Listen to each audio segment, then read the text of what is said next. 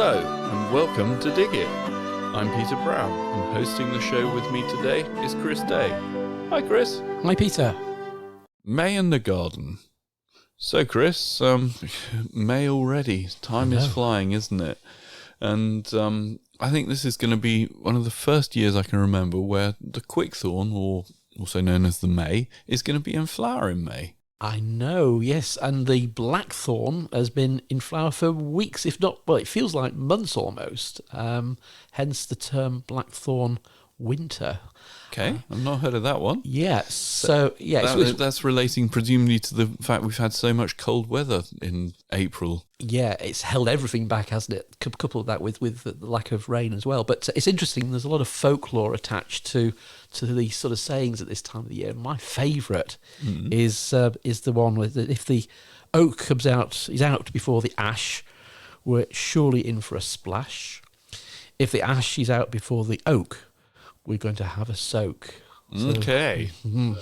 But the thing is, I've got an ash tree in the back of my garden and it's not stirring at all. My oak trees on my walk are not doing much at all. And that's obviously down to the cold spring and, of course, the lack of moisture.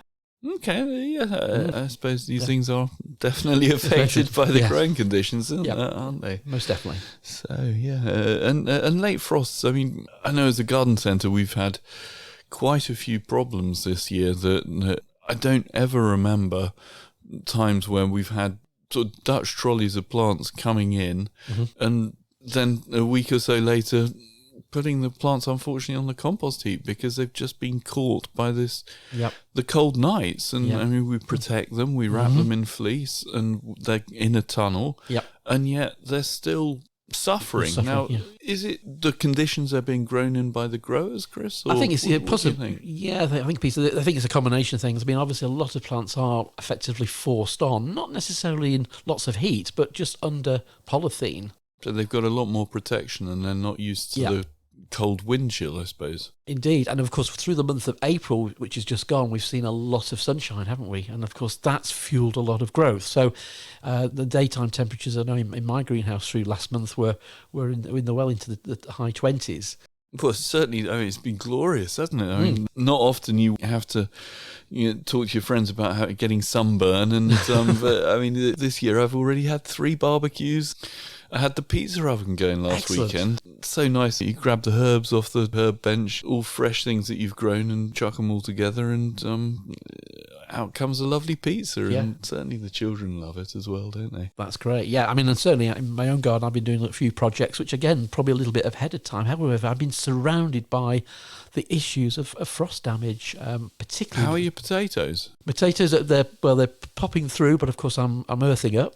Okay. Yeah, we're making sure that they're covered with compost. I grow all my potatoes in bags, so I don't have the luxury of lots of space to grow them. So do you bring them in the evening, or do you just leave them out on the hard standing or patio where you're growing? Yeah, they're on the hard standing, they're basically topped up with compost. As I see a bit of greenery, they get covered so straight you're away. Protecting them with the birthing up. And I could use a bit of fleece as well if push comes to shove. But it's interesting, isn't it?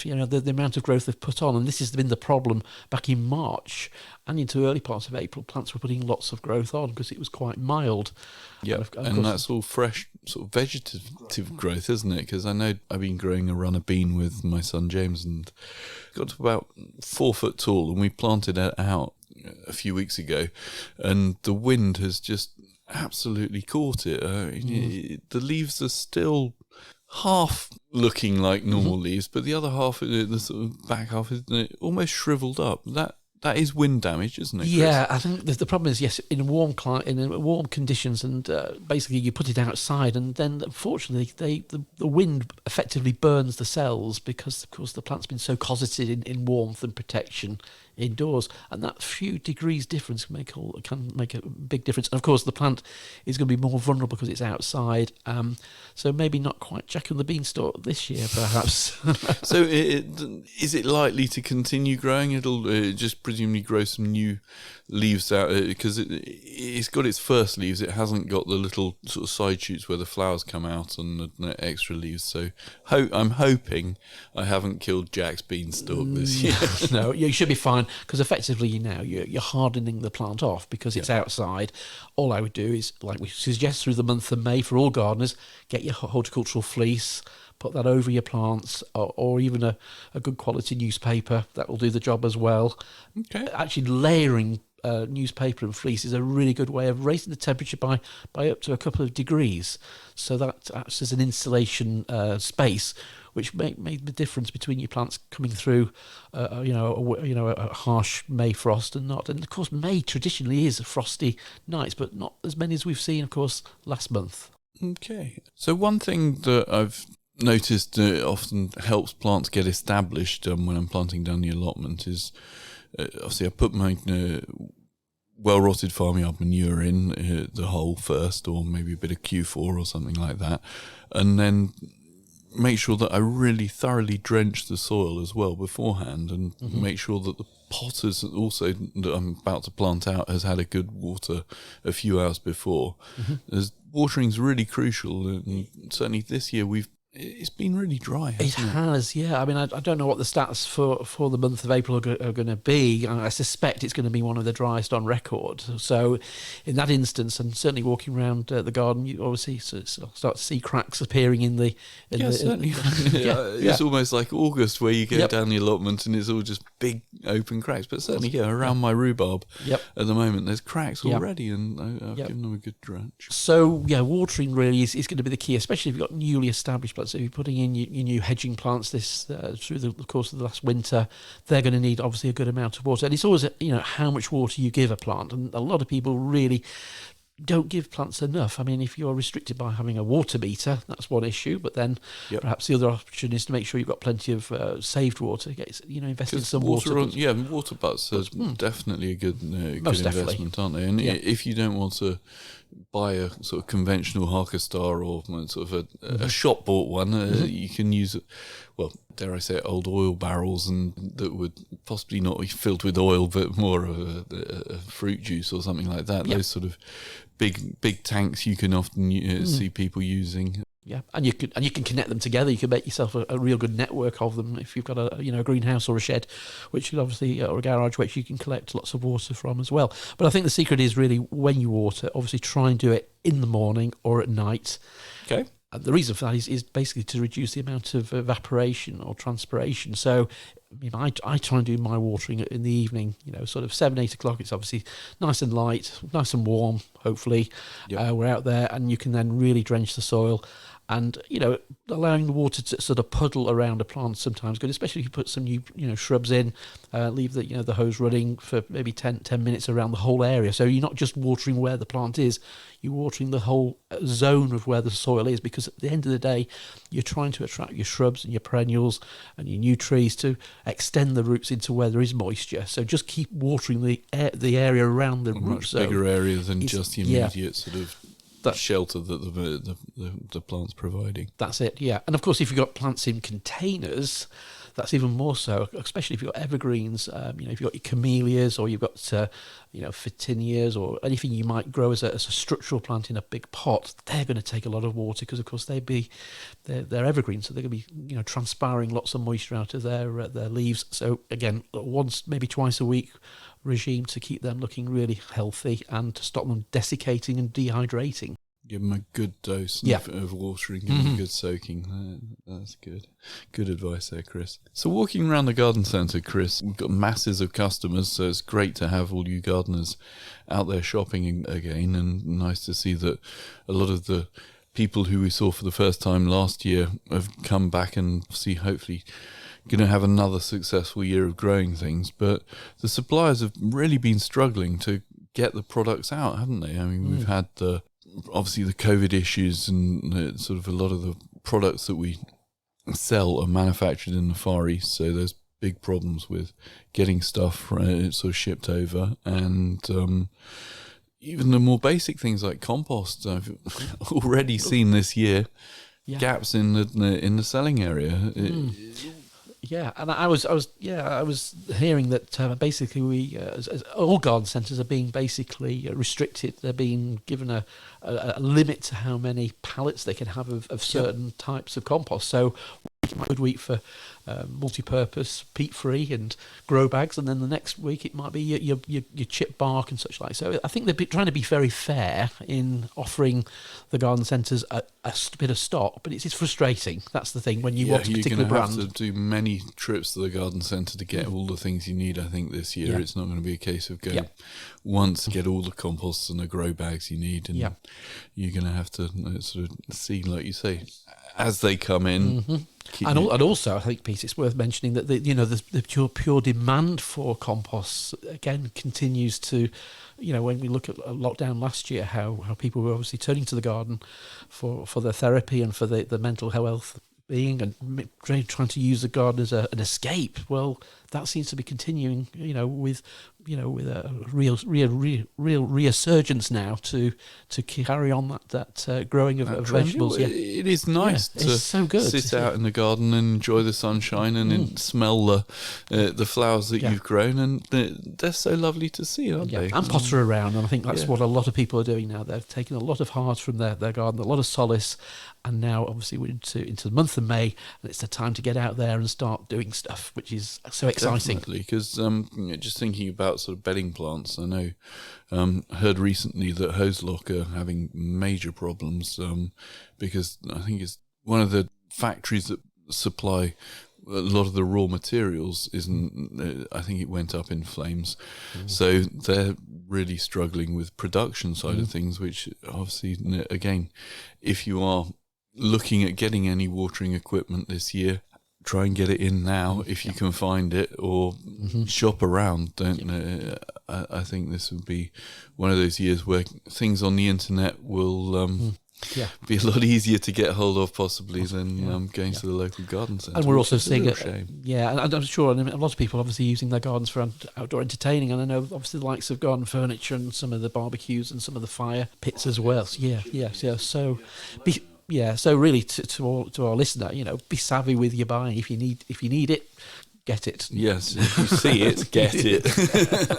And that, of course, goes to plants as well. We've been seeing generally an improvement actually over the plants over the last few weeks, but of course a lot of the UK growers have been overwhelmed by the garden centres around the whole of the UK, and of course Scotland only has just come out of its lockdown, so all their garden centres are opening now. So you've got to be a little bit, again, careful with your plant buying. If you see something, really don't think about it, so grab it, because you just might not see it again for a while. And of course the seasonality of a lot of our plants as well, especially perennials and some of our seasonal bedding plants, means that production cycles are changed. I think a lot of growers seem to have basically pushed their programming of plants a little bit more forward, so we're getting more earlier summer flowering bedding plants in earlier this part of May than perhaps we would see in a normal year, which is good, but you just need to be a little bit more careful with your buying. So just thinking about the fact that obviously the supplies are a bit hard this year again, what would you suggest? I know myself, you'll probably laugh at me here, Chris, this year I used some seed and cutting compost that I'd got left over from last year. All my runner beans have come up so far. I've got a few sweet corn coming through. What's the lifespan of compost and seeds? I mean, obviously, I think seeds have dates, sort of packing dates on them, don't they? And most seeds are hermetically sealed. So they're in those little aluminium foil sort of sealed packets, aren't they? So they're going to last. Obviously use the guidelines, but you've usually got a little bit of leverage on there. Some seeds are very short-lived, and they will start to deteriorate. But if they are in a hermetically sealed foil packet, and they're a year or two old, they should be absolutely fine. I've just sown some lettuce seed, which was actually 2019, and it's coming through beautifully, just Brilliant. like crazy. And you haven't sown it all at one time. I hope I haven't sowed a bit. I've just sown literally a unit of 12 little plugs, which will be do that as well, which is good. But compost, it's worth, if you're storing compost, try and obviously store it dry and cool, so you don't get any excessive moisture. The biggest problem is people put the compost outside and the rain gets into what rain we do have, gets into the compost, and that then runs and pushes all the nutrients out, and that's when you can get problems with nutrient imbalances. So keeping it dry in the shed or the garage somewhere like that, Yeah. It'll last a good year or two. It will, yes, and make sure there's no, obviously, if it's an open shed or an open, a potting shed, just make sure the bag is kept closed because you don't want any weed seeds getting in there. Yeah, and a rogue dandelion could cause havoc. Yes, definitely in your seed tray. So the bedding plants are now in full flow at the moment, Chris.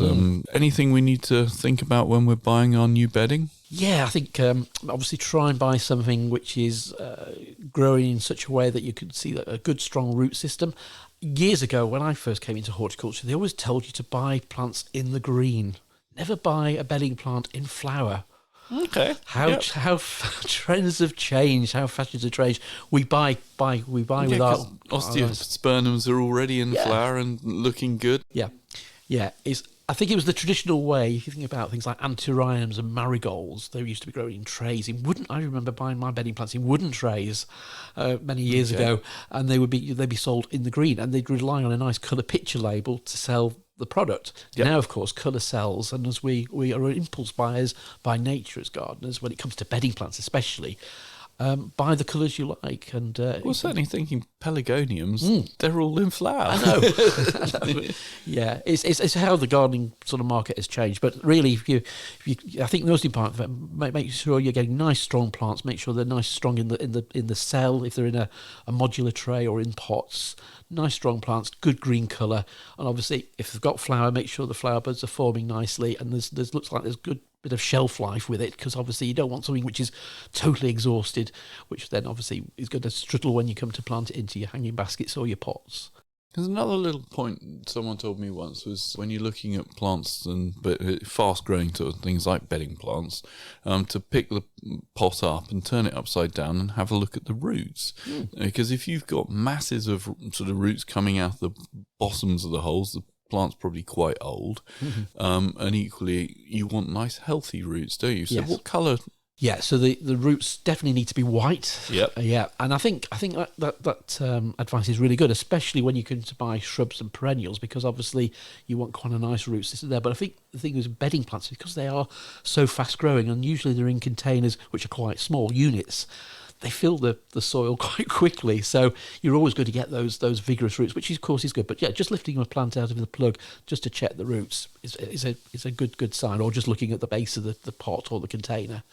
But white roots indicate good growth. If they're brown or they're mushy, then of course either they've been overwatered or the plant is unfortunately on its way out. Okay, thanks for that, Chris. And feeding bedding plants. I mean, obviously they use a lot of water. Yeah. I generally put a sort of half a capful of maxi crop in my watering can and sprinkle that around. Yeah.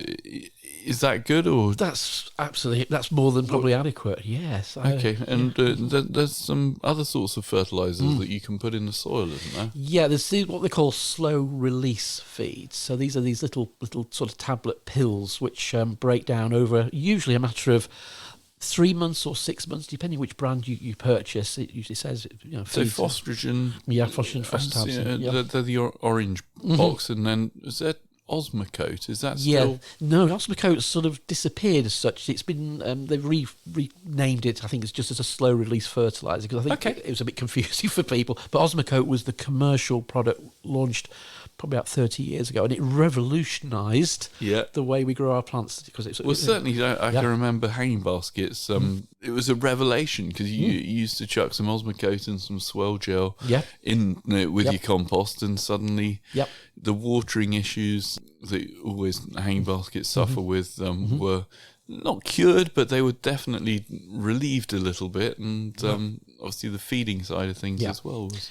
Yeah, I think it's important when you're buying your plants. Obviously, they're getting to the point where they're coming into flower. They need the maximum amount of nutrients. When you put them into some new compost, of course, they're going to have at least 6 weeks of goodness there to get hold of, and of course then they'll put some nice strong roots down. Once those roots have filled the container, especially if you're putting lots of plants in a hanging basket, then of course it's important that your slow release fertilizer is in there, or you go to a liquid feed perhaps. Okay. Plenty of those on the market. I suppose the most popular brand leader is, of course, Miracle Grow. Yep. Great Miracle Grow. Obviously, it's been around for many years. It was introduced originally from America, a massive brand over there, and we've obviously taken the name to heart. High in nitrogen. It's got quite a lot of nitrogen in it, so it's good to get those nice leafy plants established. Yep.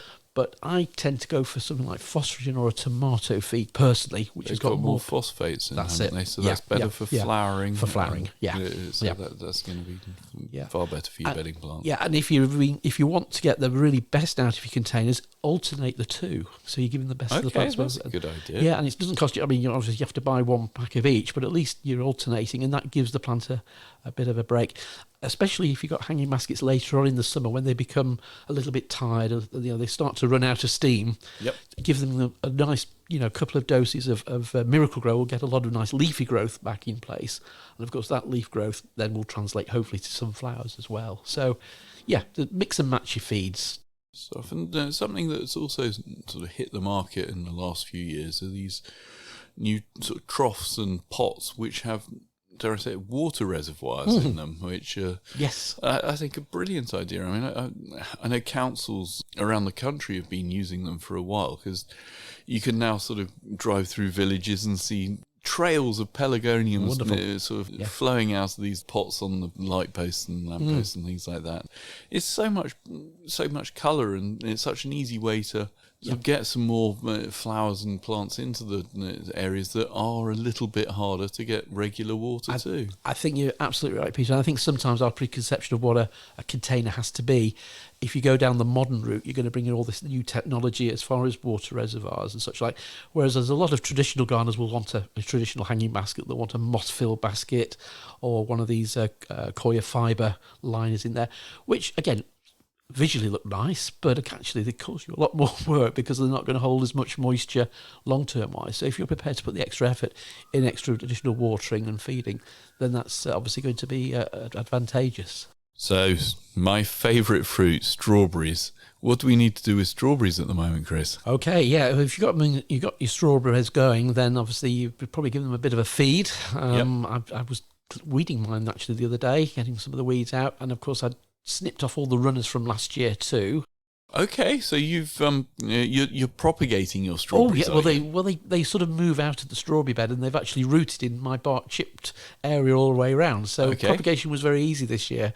Nature provided a way. But yes, basically the strawberry bed was given some extra feed. I got some Vitax Q4. Yep. Applied that over a couple of handfuls. They're in square metre raised beds, my strawberries. Okay. And have you, something that I was taught in college, this is the non-conventional way of doing it, is you got some old copper wire from the electricians, because earth wire, the copper earth wire you get in, I think it's called Twin and Earth, and wrap that around your raised beds. Now I know there's some products that we sell which are like a copper tape. Copper tape, that's all right. That's the fancy stuff. It is. And that it works, doesn't it? You see the slugs coming up to it and they get a bit of static on them. And they turn around and go back. Yes, yeah. I do like seeing that one. Yeah, so in fact, that's what I did. We've got my copper tape around both of the beds there. And then really added a little bit of compost. Because it's a bed, I'd put some fresh compost in there. Yep. I actually recycled my potato bag compost. Okay. So I'd obviously harvested the potato bags back in the autumn during last summer, but I actually kept the compost stacked and I then used it, recycled it or upcycled it, and they're absolutely fine. And they're now growing through nicely. Excellent. And just thinking about your comment about runners and strawberries, there's a number of runners that you should leave on the plant as a guide, isn't there, that sort of doesn't take out too much energy from the plant, but yes, probably 3 to 5. I would probably say. Yeah, it just depends on the variety, and some varieties of strawberries are very apt at producing lots of runners, and some are quite shy at doing that as well. So you've got that mixture. But yeah, 3 to 5, and then obviously you want to be with a strawberry bed, making a new bed every sort of 2 to 3 years. So you've got the natural progression of keeping your stock nice and healthy. Okay. Now, Chris, when you see sort of strawberry farms and people growing their strawberries, you often see lots of straw being used. What's that for? Yeah, so traditionally you're using the straw to keep the fruits off the soil, so that helps deter the slugs and also stops the soil splashing on those wonderful ripening fruits as they're developing. So it's two things, and also it suppresses weed growth too. So it's a three-pronged action. Excellent. And I know the other trick my mother used to do with her strawberries was we had a massive holly tree in the garden, and obviously every now and again they shed their leaves, and they used to sort of go in the corner of the patio and sweep them up, and she used to mix them in with the straw, and again sort of anti-slug protection, not quite landmines, but spikes for them, a bit like the bird spikes. Yeah, nicely barbed. That should slow them down, shouldn't it? Yes, definitely. Yeah, that keeps them away from things. So. And what about other fruit at the moment? Is there anything else we need to be thinking about? I mean, obviously thinking about putting up pheromone traps to control your codling moths and other issues, which obviously apple trees can get, and obviously you can put those up into the trees now, and then once you bought the unit, basically you get a refill every year. So cost-wise, it's not particularly expensive, but it's worth it, and especially with codling moth, of course, is such a pain because, you only find you've got the problems when you bite into your apple, Well, it's and a bit late by that point, isn't it? Yeah, and there's nothing worse than not finding the maggot in a codling moth-affected apple. So do that, and you can set those up within your orchard area. If you've got one or two trees, put them there. And again, if you've got the same problem for your stone fruits as well, so your plums and your gauges and your damsons, then of course there's obviously the plum moth trap activity as well. You can sort of slow down. And what these traps do, Peter, is they basically attract the males, right? So it stops mating, so you don't get any offspring. And hopefully you don't get any problem maggoty fruit of the season. Yeah. So nice, tasty fruit. Indeed. Yeah. And what about training? I mean, there's sort of this time of year. Do you need to start training aubergines or? Yes. So let's say So if you're growing your peppers, aubergines, you might want to nip out the growing tip to encourage the plants to become bushy. Yes. Yep. So you're encouraging a nice bushy, stocky plant in the orchard, or if you've got fruit trained on a spallier or fan trained, you might want to start thinking about just making sure you're tying in those stems as they start to elongate and put some decent growth on through the month of May and June. They put a lot of growth on, so do that. In the ornamental garden, you might want to be training your ornamental climbers. So if you recently planted a honeysuckle or a clematis, make sure you're giving those enough support to get them where you want them to flower. So it's probably just going around and just doing a bit of trimming and trimming back. And I think the one plant which you might have to do a bit of trimming and training this year is, of course, going to be hydrangeas, because of course they got hit quite badly last month with the frost. Yeah. That's something I was doing in my garden the other day, and just going around and tidying the plants up and trying to nurture some nice strong shoots, which will hopefully mean the plants recover and we get some flower this year. Excellent. So a good foliar feed, would that help them as well? So that's where our Miracle Grow could help out. It could, yeah. Now we're into the month of May. Fingers crossed we're going to have less chance of night frost. But yeah, a good dosing of Miracle Grow with obviously a capful of good old maxi crop in there as well, just to stimulate the growth too. Yeah, because I've not come across that idea of sort of painting maxi crop onto apple trees to get them to bud in the right place before. Indeed. It's a good tip, that. So just thinking about ponds, Chris, obviously the water's warming up now, so probably time to stop feeding wheat germ food and move on to sort of more higher protein foods. And the plants in the pond, what should we be thinking about? Well, that? I was extracting some duckweed from mine on last weekend, which was obviously building up as well. And obviously, I suppose introducing some new plants as well. Good time, isn't it, now, to get your new, perhaps some fresh oxygenators in there. Yep. And maybe do a bit of a revamp around your marginals too. I've got a couple of iris which I need to extend. I love iris around the pond. They just give you so much height and colour. They do, and they're so easy to grow, aren't they? They grow everywhere, and it's such an easy plant to grow.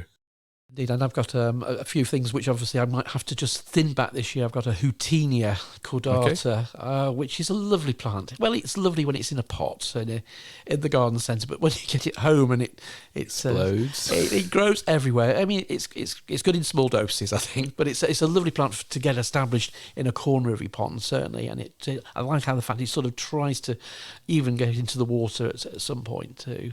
Yeah, because it's more of a bog plant than a sort of true aquatic plant, but certainly in sort of boggy areas, it gives you lovely ground cover and, like you say, sort of great to sort of merge around the edge of the pond. Yeah. And just thinking, now the lilies are slowly coming to the surface, something that I always aspired to was a natural pond, and one of the tricks that I learnt was if you cover about 2/3 of the water surface with plants, whether it be lilies or other sort of things that float across the surface, then it'll massively cut down the sunlight into the water, which then stops the things like the blanket weed, which is the bane of most pond keepers, isn't it, Chris? Yeah, it's the balance, isn't it? The amount of sunlight getting into the pond and the temperature, and of course, I suppose the salts as well. Yep, definitely, and the oxygen levels, because again, sort of where you've got a waterfall, you quite often find that blanket weed likes to grow down the waterfall because it's